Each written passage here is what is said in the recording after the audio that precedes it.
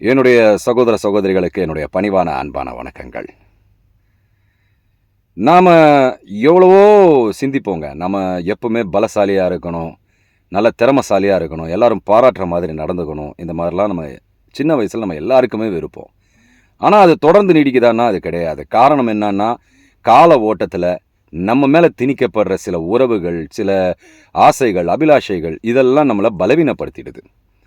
இந்த பலம் குறையும் பொழுது நாம் பல விதமாக தேவையில்லாத செயல்களை செய்து தவறான முடிவுகளை எடுக்கும் பொழுது இந்த செயல்களின் விளைவை அனுபவித்து இதற்காக ஏங்கி குற்ற உணர்வோடு தவிக்கும் போது நம்மளுடைய உடல்நிலை பாழாயிடுது.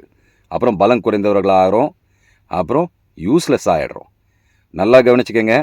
இந்த உலகத்திற்கு நீங்கள் பிரயோஜனப்படுற வரைக்கும் தான், யூஸ்ஃபுல்லாக இருக்கிற வரைக்கும் தான் இந்த உலகம் உங்களுக்கு இனிமையானது. நீங்கள் பிரயோஜனமற்றவர், யூஸ்ஃபுல் இல்லாதவர்னு தெரிஞ்சதுன்னா இந்த உலகம் உங்களை காலில் போட்டு மிதிக்கும்.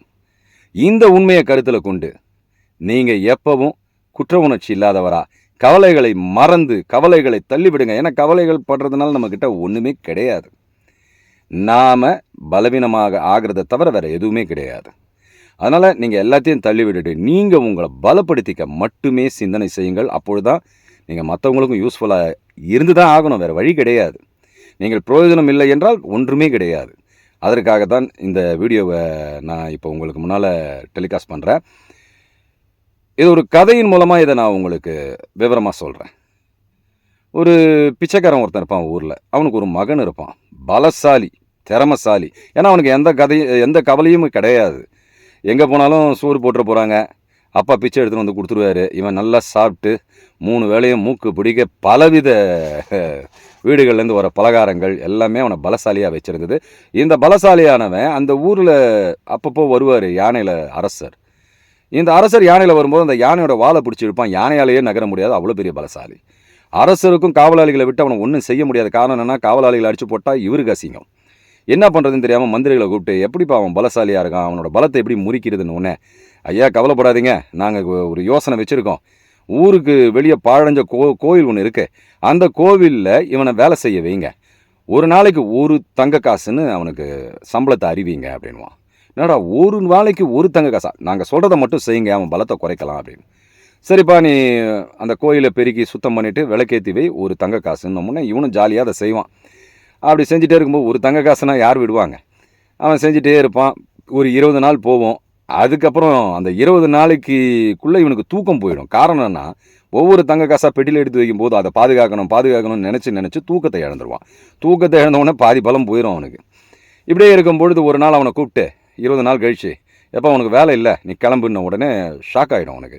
என்னடா இது வேலை இல்லைன்ட்டாரு, அப்பாவுக்கும் வயசாகிடுச்சு, இனிமேல் அப்பாவாலையும் பிச்சை எடுத்து நமக்கு சோறு போட முடியாது, நான் எங்கே போய் என்னால் பிச்சையும் கேட்க முடியாது, இப்போது சம்பாதிக்கிறேன்னு வேறு எல்லாருக்கும் தெரிஞ்சு போச்சு, நான் என்ன பண்ணுறது ஒன்றுமே புரியலையே, தங்க காசையும் அப்பாவுடைய நோய் நொடிக்குன்னு நம்ம கொஞ்சம் செலவு பண்ணிட்டோம், வரும்னு நினச்சோம் வராமல் போயிடுச்சே அப்படின்னு பல வாரம் கவலைப்பட்டு அவன் பலம் கூண்டிடும்.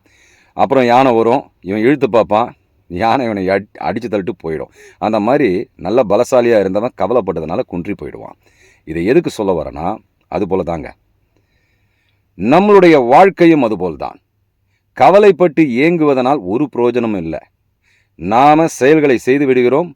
அதன் பிறகு அதை நினைத்து குற்ற உணர்வில் தவித்து கொண்டு என்ன செய்வதென்று தெரியாமல் அழுது புலம்பிக் கொண்டு, என்ன இப்படி ஆயிடுச்சே அப்படின்னு பல வாரம் நமக்கு நாமே ஏங்கி நம்ம வாழ்க்கை கழுதை தேஞ்சி கட்டெரும்பு கதையாக ஆயிடுது. இப்போ பார்த்தீங்கன்னா, ஒரு ஜட்ஜுக்கிட்ட போய் ஒரு குற்றவாளி ஐயா என்னை மன்னிச்சிடுங்கன்னு பல வாரம் கருதுனா அந்த ஜட்ஜ் அவனுக்கு கருணை உள்ளவராக நடப்பாரா? முடியாது. ஏன்னா அவன் கொலை குற்றவாளி, அவனுக்கு தண்டனை கொடுத்து தான் ஆகணும். ஆனால் இந்த பிரசிடெண்ட் அவர்கிட்ட இவன் கருணை மனு போட்டார்னா கண்டிப்பாக அவர் பரிசீலனை பண்ணுறதுக்கு வாய்ப்பு இருக்குது. இப்போ இந்த ஜட்ஜு மற்றபடி இந்த வக்கீல்கள் எல்லாமே நவகிரகங்களாக இருக்கட்டும், ஜாதகங்களாக இருக்கட்டும். ஆனால் இந்த பிரசிடென்ட்றவன் கடவுள். இந்த கடவுள்கிட்ட நாம் எல்லாத்தையும் ஒப்படைச்சிட்டு, ஐயா என்னால் எதுவுமே பண்ண முடியாது, நான் இனிமேல் தப்பு பண்ண மாட்டேன், என்னை காப்பாற்றுங்கன்னு சொல்லி ஃபுல் சரண்டர் ஆகிட்டோன்னு வச்சுக்கோங்களேன். கடவுள் காப்பாற்றுறாரோ இல்லையோ, அவர் காப்பாற்றுவார்ன்ற நம்பிக்கையில், அந்த நம்பிக்கையில் நம்ம கொஞ்சம் கவலைப்படாமல் கொஞ்சம் வாழ்நாளை ஒத்தி வைக்கலாம். ஏன்னா இப்போ நீங்கள் ஏற்கனவே செய்த செயல்களின் விளைவை தான் நம்ம அனுபவிச்சுட்ருக்கோம். அது நல்ல செயல்களாக இருந்தால் ஓகே, கெட்ட செயலாக இருக்கும்போது என்ன பண்ண முடியும்? அனுபவிச்சு தானே ஆகணும். அதுலேருந்து நம்ம தப்பிச்சு போகவே முடியாது. எது பண்ணாலும் கூடாது, அது கருணையற்றது அது. ஸோ அதை பண்ணும் பொழுது கடவுள் என்பவன் கருணையானவன் சொல்கிறோம். ஆனால் நம்ம கண்ணுக்கு தெரியாது. உணர்வு ரீதியாக தான் அவனை அணுக முடியும். உணர்வு ரீதியாக எப்படி அணுகிறதுனும் தெரியாது. ஆனால் உங்களுடைய கண்ணீர், அவன்கிட்ட முழுசாக சரணடையணுன்ற எண்ணம், இது ரெண்டுமே அவன்கிட்ட உங்களை நெருக்கமாக போக வைக்கும். இந்த அவன்கிட்ட நெருக்கமாக ஆயிட்டீங்கனாலே நிச்சயமாக அவன்கிட்ட மன்னிப்பு கேட்கும் பொழுதே உங்களுடைய பாவங்கள் கரைய ஆரம்பிக்கும். அதனால் கவலைப்படுறதை விட்டுருங்க, அழாதீங்க. இதை எப்படி சரி பண்ணணும்னு யோசிங்க. நீங்கள் அவன்கிட்ட நெருங்கும் போது அதுக்கான பலத்தை அவன் உங்களுக்கு தருவான். அந்த மனோபலத்தை வச்சுக்கிட்டு வாழ்க்கையில் மேன்மேலும் முன்னேற பாருங்கள். பழைய கவலைகள் எல்லாம் ஒதுக்கிடுங்க. சுவர் இருந்தால்தான் சித்திரம். நீங்கள் கவலைப்பட்டு உங்கள் பலத்தை குறைத்து கொண்டால், நான் சொன்ன மாதிரி இந்த உலகம் அவர்களுக்கு பிரயோஜனமானவர்களை மட்டும்தான் நம்பும். அவர்களை தான் பக்கத்தில் சேர்த்து கொள்ளும். அவங்களுக்கு நீங்கள் யூஸ் இல்லைன்னு தெரிஞ்சதுன்னா உங்களை சட்டையே பண்ணாது. உங்கள் மூலமாக அவர்களுக்கு எவ்வளவோ உதவி இருந்தாலும், எவ்வளவோ உதவிகள் செய்திருந்தாலும் அந்த உதவிகள் எல்லாம் அப்பொழுதைக்கு நினைத்து பார்க்க மாட்டார்கள். நீங்கள் உங்களுடைய உடல்நிலையை தவறவிட்டால், உங்கள் கவலையின் மூலமாக உடல்நிலையை குறைத்து கொண்டால் நிச்சயமாக நீங்கள் அவங்களுக்கு தேவையற்றவர்களாக ஆயிடுவீங்க. அப்போது நம்ம மனசு மேலும் மேலும் பலவீனம் அடைஞ்சு கடைசியில் அது வேண்டாம்.